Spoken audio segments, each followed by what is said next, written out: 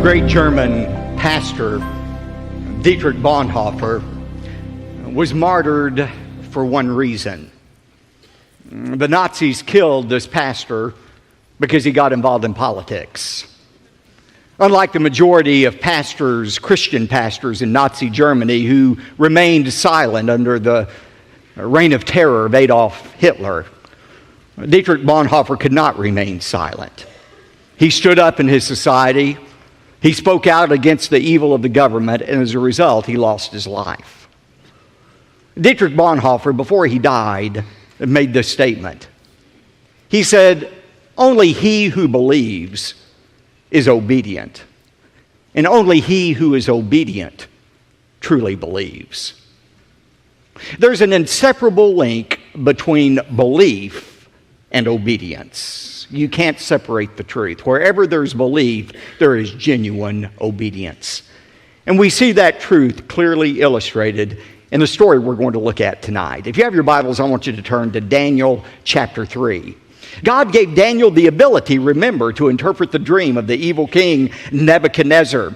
And when Daniel recounted the dream and explained it to Nebuchadnezzar, remember Nebuchadnezzar's response? He fell down. He worshiped the God of Daniel, the Yahweh, the true God. And not only that, he elevated Daniel and his friends, Shadrach, Meshach, and Abednego, to places of prominence, of rulership in the Babylonian country.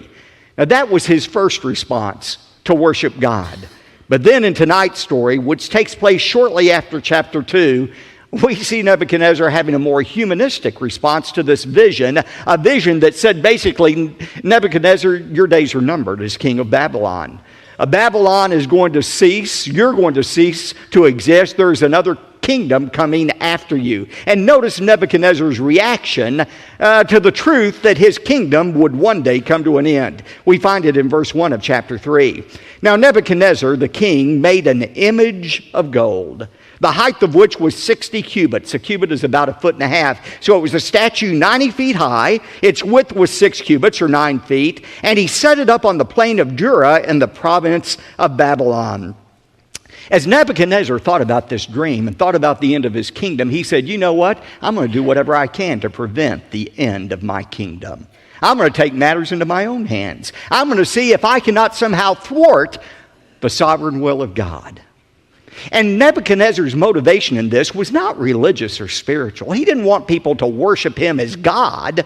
Instead, he wanted their political loyalty. He wanted people to bow down, kind of like saluting the flag, and pledge their allegiance to Nebuchadnezzar. That way, Nebuchadnezzar thought he could make sure that there was no rebellion against him that would cause him to lose the kingdom. Now, it's said that this statue, 90 feet high, 9 feet wide, was set up on the plain of Dura. Notice that in verse 1, the plain of Dura. Archaeologists have determined that this plain of Dura was 6 miles south of ancient Babylon. We were talking about archaeological evidence for the veracity of the Bible this morning.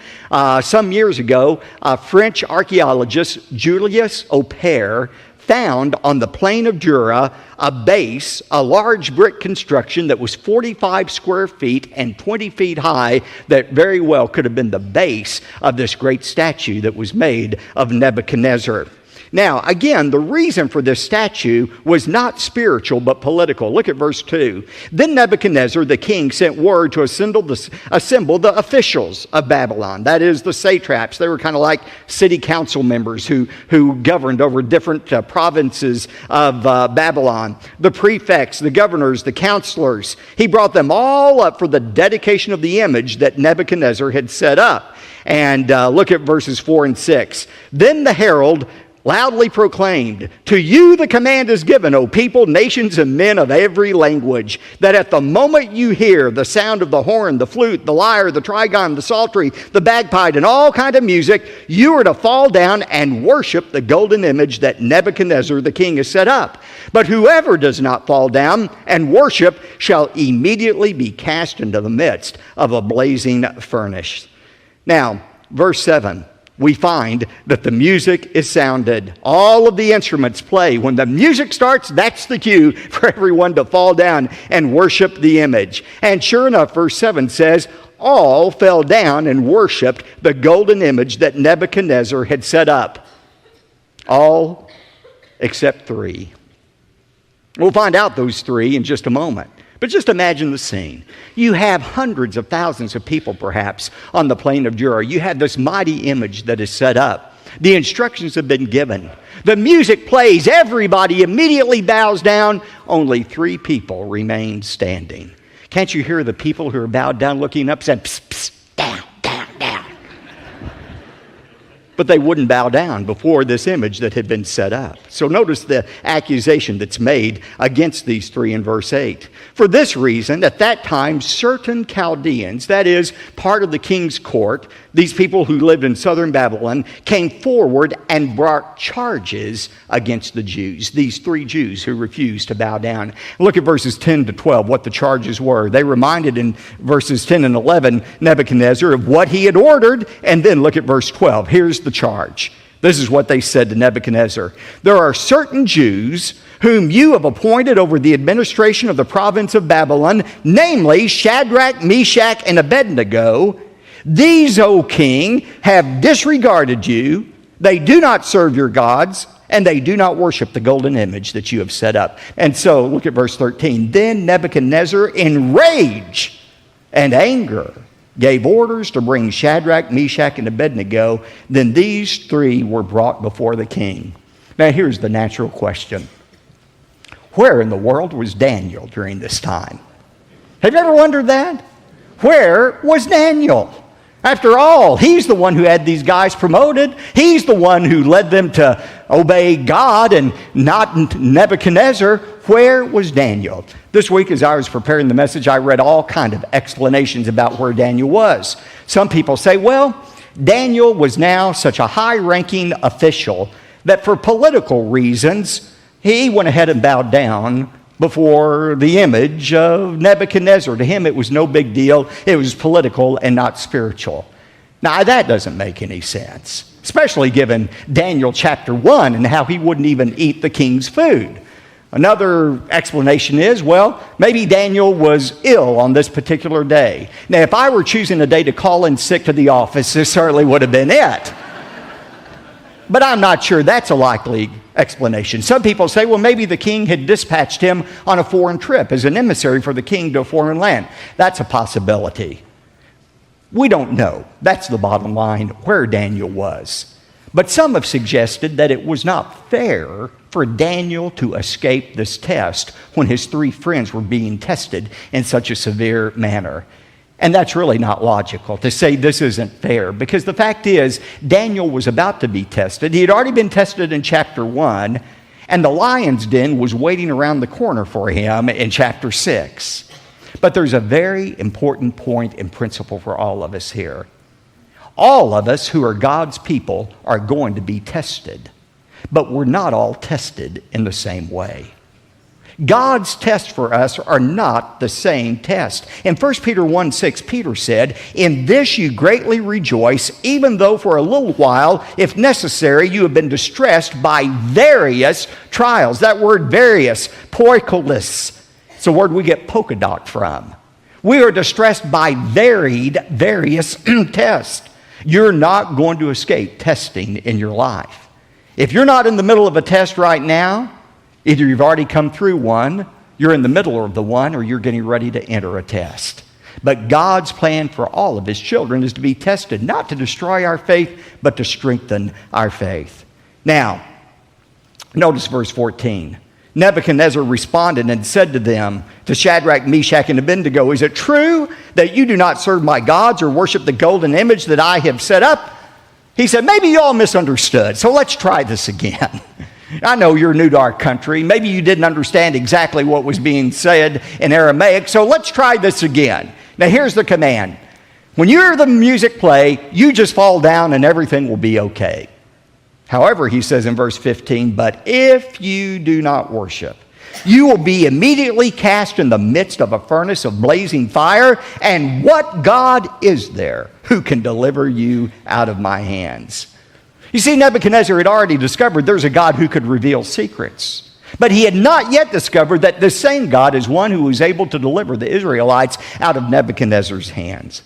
Now, think about these Hebrew youth. And remember, teenagers, they were about your age. They were probably about 17 or 18 at this time that they were going through this test.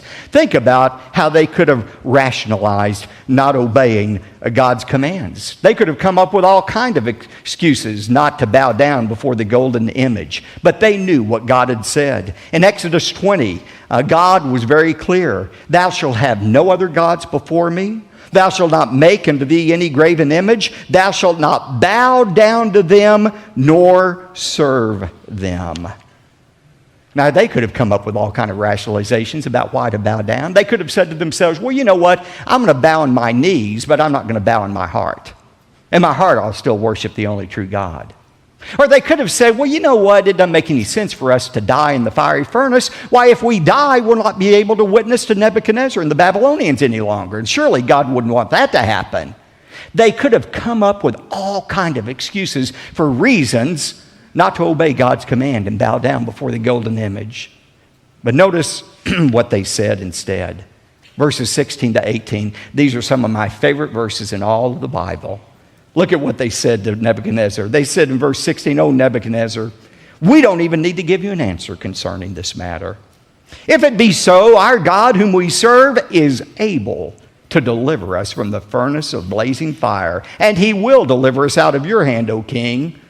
But underline this for verse 18. "But even if he does not, let it be known to you, O king, that we are not going to serve your gods or worship the golden image that you have set up." Now that's what you call faith. They said, "King, we believe our God is able to deliver us, and if he wants to, he'll deliver us out of your hands.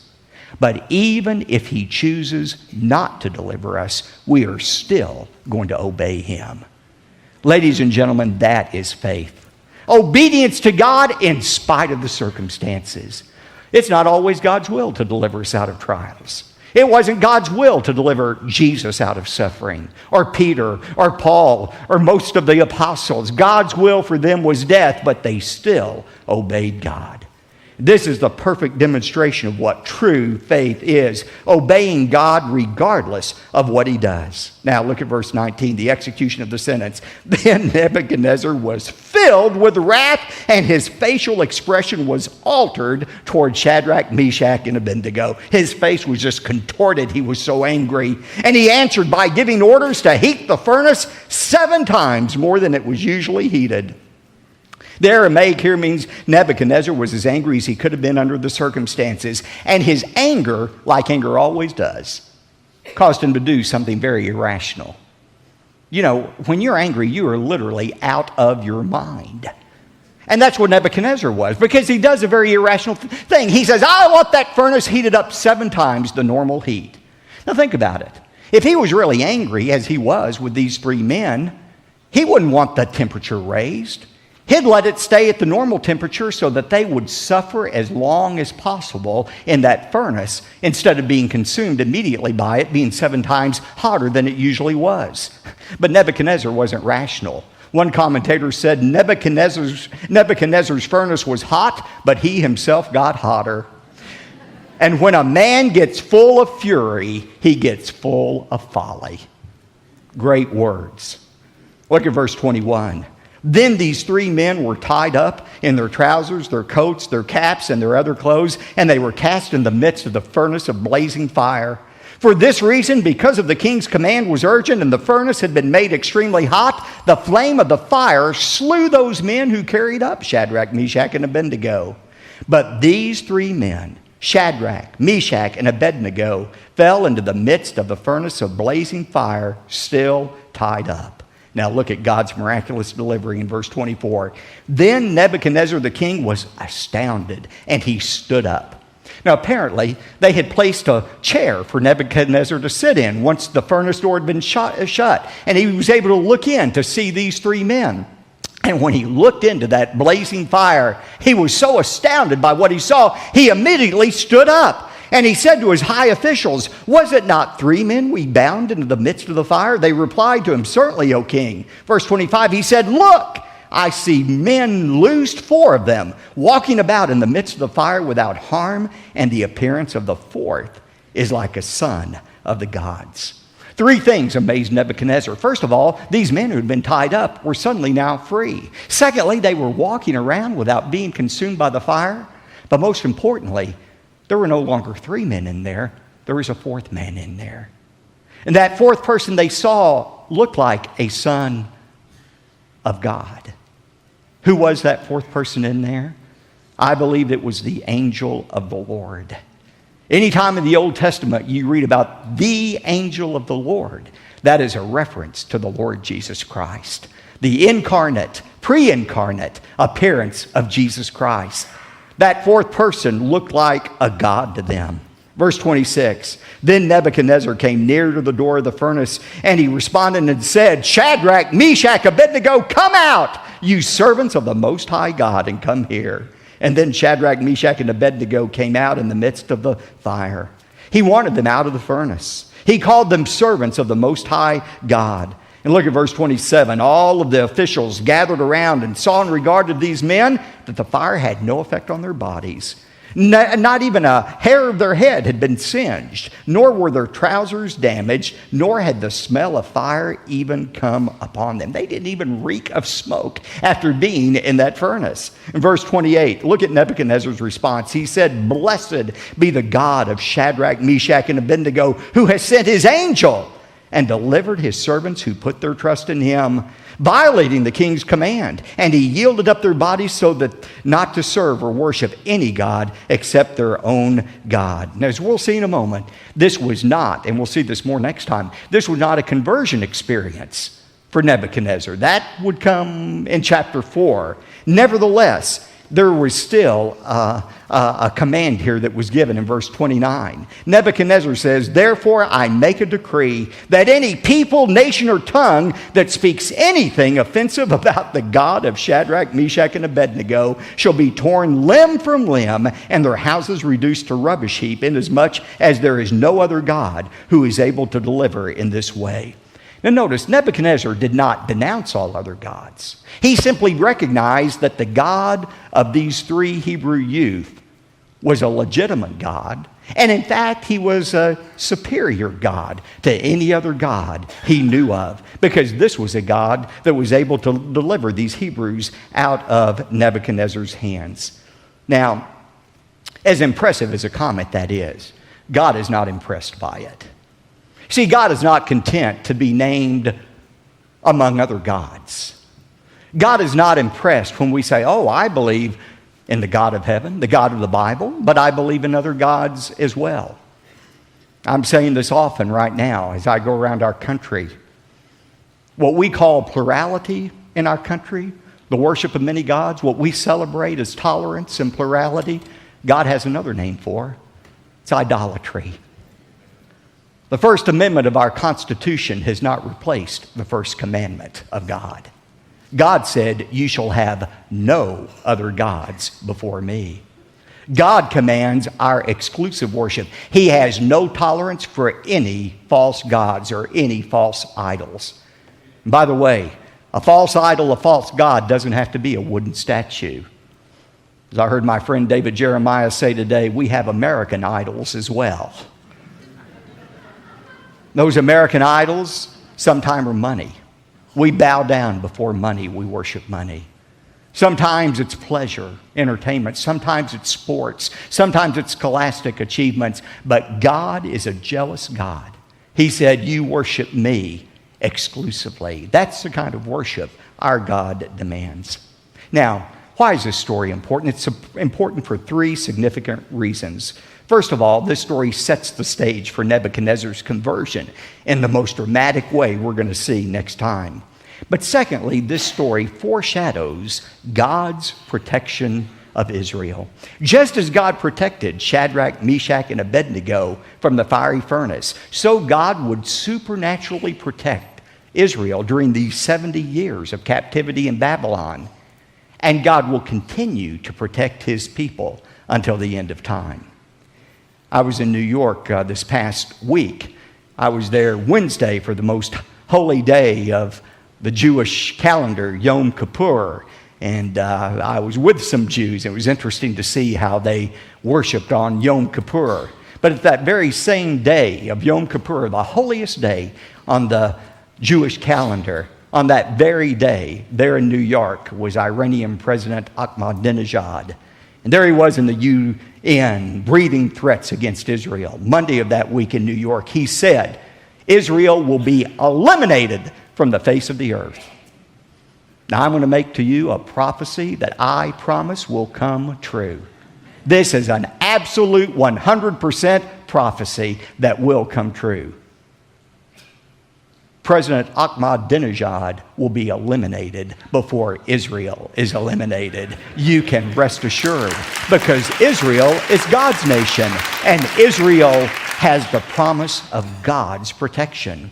God protected them for 70 years during that Babylonian captivity, and he will protect them until the end of time.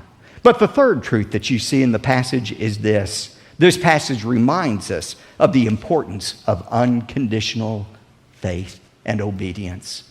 Remember, true faith is not believing God is going to do what we want him to do. True faith is the resolve to obey God in spite of the circumstances. It's the faith that Job expressed when he said, though he slay me, yet will I trust in him. Only he who is obedient believes, and only he who believes is truly obedient.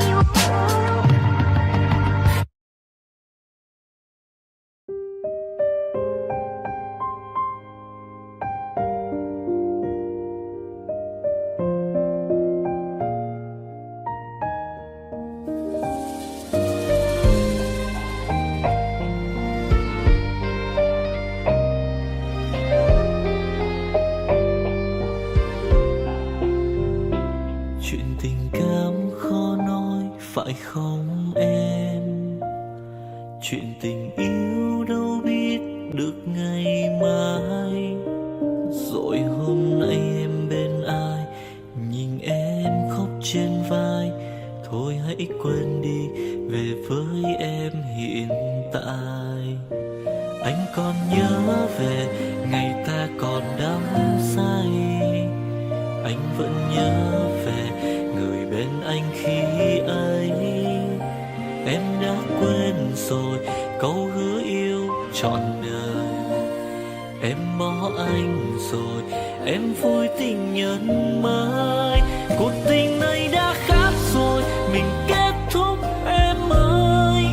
Chuyện tình này đã chết rồi, còn tiếc chi em ơi.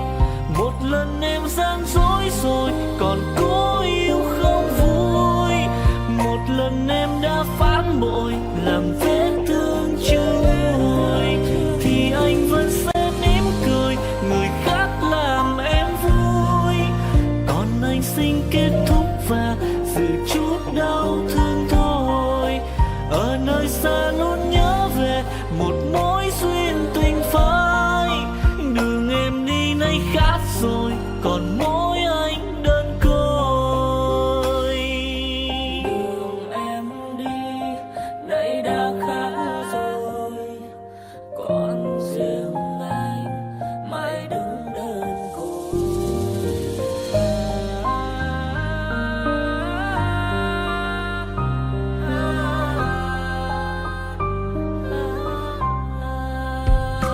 Anh còn nhớ về ngày ta còn đắm say. Anh vẫn nhớ về người bên anh khi ấy. Em đã quên rồi câu hứa yêu trọn đời. Em bỏ anh rồi, em vui tình nhân mới. Cuộc tình này đã khác rồi, mình kết thúc em ơi. Chuyện tình này đã chết rồi, còn tiếc chi em ơi. Một lần em gian dối rồi, còn cố yêu không vui. Một lần em đã phản bội, làm vết thương chưa nguôi. Thì anh vẫn sẽ mỉm cười, người khác làm em vui. Còn anh xin kết thúc và giữ chút đau thương thôi. Ở nơi xa luôn nhớ về một mối duyên tình phai. Đường em đi nay khác rồi, còn mỗi anh đơn côi. Cuộc tình này đã khác rồi, mình kết thúc em ơi. Chuyện tình này đã chết rồi, còn tiếc chi em ơi. Một lần em gian dối rồi, còn cố yêu đâu vui. Một lần em đã phản bội, làm vết thương chưa nguôi. Thì anh vẫn sẽ mỉm cười, người khác làm em vui. Còn anh xin kết thúc và giữ chút đau thương thôi. Ở nơi xa luôn nhớ về một mối duyên tình phai. Đường em đi nay khác rồi, còn mỗi anh đơn côi. Ở nơi xa luôn nhớ về một mối duyên tình phai. Đường em đi nay khác rồi, còn mỗi xin anh thôi.